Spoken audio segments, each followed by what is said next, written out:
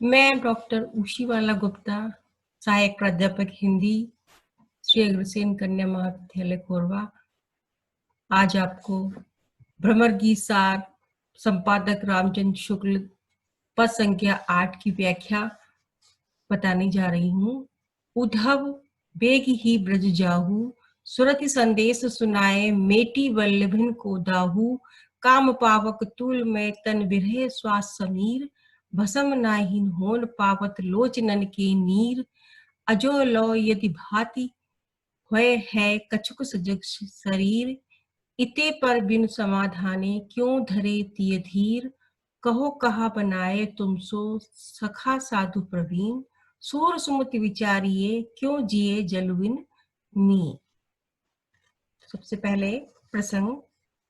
प्रस्तुत पद में श्री कृष्ण एक ओर तो उद्धव को शीघ्र ही प्रदेश जाने के लिए कह रहे हैं ताकि वे उनका प्रेम संदेश गोपियों को सुना सके, और दूसरा इसके साथ ही वे अपने मन की वेदना को व्यक्त करते हुए गोपियों की वेदनावस्था को भी अभिव्यक्ति दे रहे हैं। व्याख्या। उद्धव वेग ही ब्रज जाओ।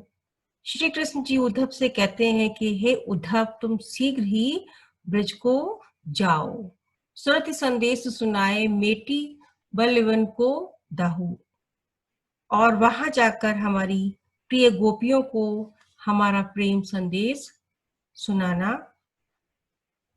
मेटी बल्लवन को दाहू, और उनके दुख को मिटाना, यानी दुख को दूर करना। मेरा संदेश सुनाकर उनके दुख को दूर करना।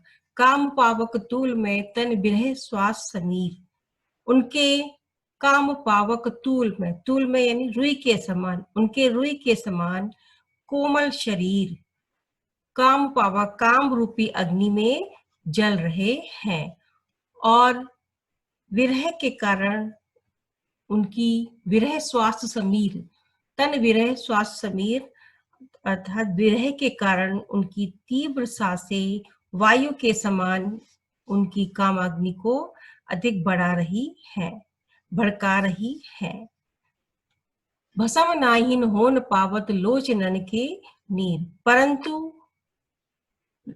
भस्म नहीं होन पात, भस्म नहीं होने पा रहे हैं लोचनन के नीर, उनके नेत्रों से लगातार अश्रु वर्षा हो रही है, क्योंकि विवाहावस्था है। कृष्ण से गोपिकाएं दूर हैं उनसे, इसलिए वियोग की अवस्था है। उनके नेत्रों से लगातार अश्रु प्रवाहित हो रहे हैं, जिसके कारण वो भस्म नहीं हो पा रही हैं।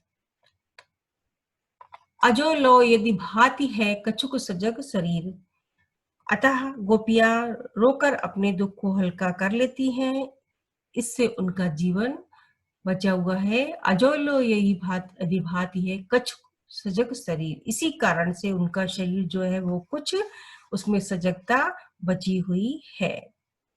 इते पर विनु समाधाने क्यों धरे तिये धीर, इतने पर भी उन्हें सांत्वना नहीं दी गई, समाधाने उनकी समस्या का समाधान नहीं किया गया, तो क्यों धरे तिये धीर, तो वो स्त्रियां कैसे धैर्य धारण करेंगी। कहो कहा बनाए तुमसो सखा साधु प्रवीण। हे उद्धव, हे सखा उद्धव, मैं तुमसे इस बात को किस तरीके से बनाकर कहूं या समझाकर कहूं। तुम तो खुद ही इतने सज्जन और प्रवीण हो, मेरी बात को इतने में ही समझ सकते हो। सूर सुमति विचारिये क्यों जिए जलविन। सूरदास जी के शब्दों में कृष्ण उद्धव से कहते हैं कि तुम अपनी सुमति यानी अच्छी बुद्धि या सुंदर बुद्धि द्वारा स्वयं भी सोचो, क्यों जिए जल बिन, क्यों जिए, कैसे जिए जल के बिना मछली, अर्थात मैं गोपियों के लिए जल की भांति हूं, तो वो जल के बिना किस तरीके से ये गोपी रूपी मछली जीवित रहे। जिस प्रकार से जल के बिना मछली जीवित नहीं रह सकती है, उसी प्रकार मैं गोपिकाओं के लिए जल के समान हूं, तो वो जल के बिना ये गोपी रूपी मछलियां कैसे जीवित रह सकती हैं। भाव सौंदर्य। पहला बिंदु, उपरोक्त पद में विरह व्यथित गोपियों की मार्मिक अवस्था का वर्णन किया गया है और उनकी समता मछली से की है। मछली के लिए जल ही उसका प्राण है और यहाँ श्री कृष्ण ही गोपियों का जीवन है। दूसरा बिंदु काम पावक तूल में तन विरह श्वास समीर में सांग रूपक अलंकार है। भसम नाइन होन पावत लोचनन के नीर में काव्यलिंग तथा अंतिम पंक्ति में अप्रस्तुत प्रशंसा अलंकार है। कहो कहा बनाए तुमसो सखा साधु प्रवीण में व्यंगार्थ की छटा अवलोकनीय है। वियोग श्रृंगार रस का वर्णन किया गया है। ब्रज भाषा का सुंदर प्रयोग है। भ्रमर गीत सार संपादक रामचंद्र शुक्ल। पद संख्या 9। पथिक संदेशो कहियो जाए, आवेंगे हम दोनों भैया, मैया जनि अकुलाए। या को बिलक बहुत हम मानियो, जो कही पठियो धाये। कह लो कीर्त मानिए तुमरी, बड़ो कियो पै प्याए। कहियो जाए नंद बाबा सो, अरु गही पकड़ियो पाए। दो दुखी होन नहीं पावई, धूमर धोरी गाए। यद्यपि मथुरा विभव बहुत है, तुम बिन कछु न सुहाए। सूरदास ब्रजवासी लोगन भेटत हृदय जुड़ाए। प्रसंग प्रस्तुत पद में श्री कृष्ण उद्धव के द्वारा गोपियों के पास अपना संदेश भिजवा रहे हैं।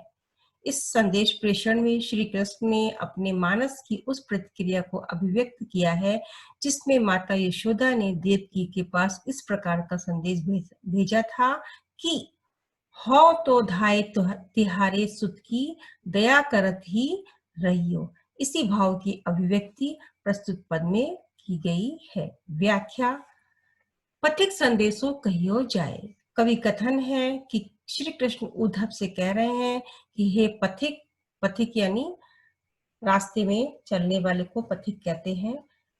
हे पथिक उद्धव, तुम ब्रज में जाकर हमारा ये संदेश कहना। आवेंगे हम दोनों भैया, मैया जन अकलाए। हम दोनों भाई ये जाकर कहना कि हम दोनों भाई शीघ्र ही वहां आएंगे। मैया यशोदा से कहना कि वो जन अकुलाए यानी व्याकुल ना हो। या को बिलग बहुत हम मानियो, जो कहीं पठियो धाये। उनसे यह भी कहना कि उन्होंने अपने को धाय कहकर, धाय यानी पालन करने वाली कहकर यहाँ देवकी के पास जो संदेश भेजा था उसका हमने बहुत बुरा माना है।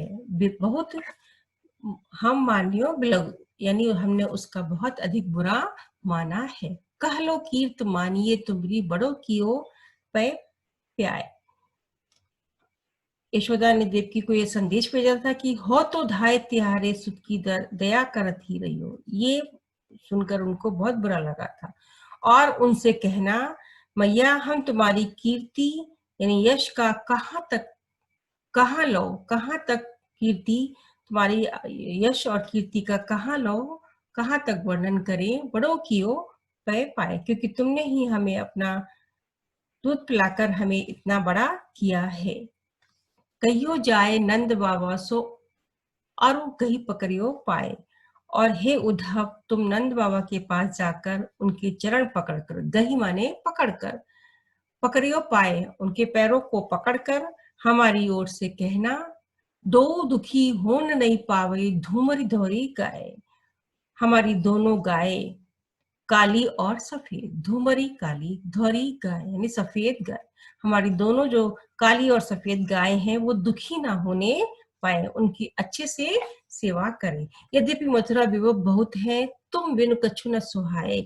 यद्यपि यहाँ मथुरा में अपार वैभव ऐश्वर्य है, संपत्ति है चारों, परंतु तुम्हारे बिना, तुम बिन कछु न सुहाए, परंतु तुम्हारे बिना हमें यहाँ पर कुछ भी अच्छा नहीं लगता है। सूरदास ब्रजवासी लोगन भेटत हृदय जुड़ाए। सूरदास जी कृष्ण के शब्द में कह रहे हैं कि ब्रजवासियों से मिलकर ही हमारे हृदय, भेटत माने मिलकर ही हमारा हृदय जुड़ाए, यानी हमारे हृदय को प्रसन्नता प्राप्त होगी। भाव सौंदर्य उपरोक्त पद में आया धाय शब्द में कृष्ण के हृदय की संपूर्ण वेदना और आक्रोश उपालंब के रूप में अभिव्यक्त हो उठा है। धाय शब्द ने इस पद में अत्यधिक मार्मिकता एवं संवेदना उत्पन्न कर दी है। दूसरा बिंदु, कृष्ण द्वारा गायों की चिंता करना सरल ग्रामीण जीवन के प्रति आकर्षण का प्रतीक है और वैभवपूर्ण शहरी जीवन विरक्ति का प्रतीक है। शहरी जीवन की तुलना में ग्रामीण जीवन सुंदर, सुखद और शांति प्रदान करने वाला होता है, क्योंकि ब्रज को उन्होंने ग्रामीण जीवन से रूपायित किया है, यानी ब्रज जो है वो सुखद, सुंदर और शांति प्रदान करने वाला है।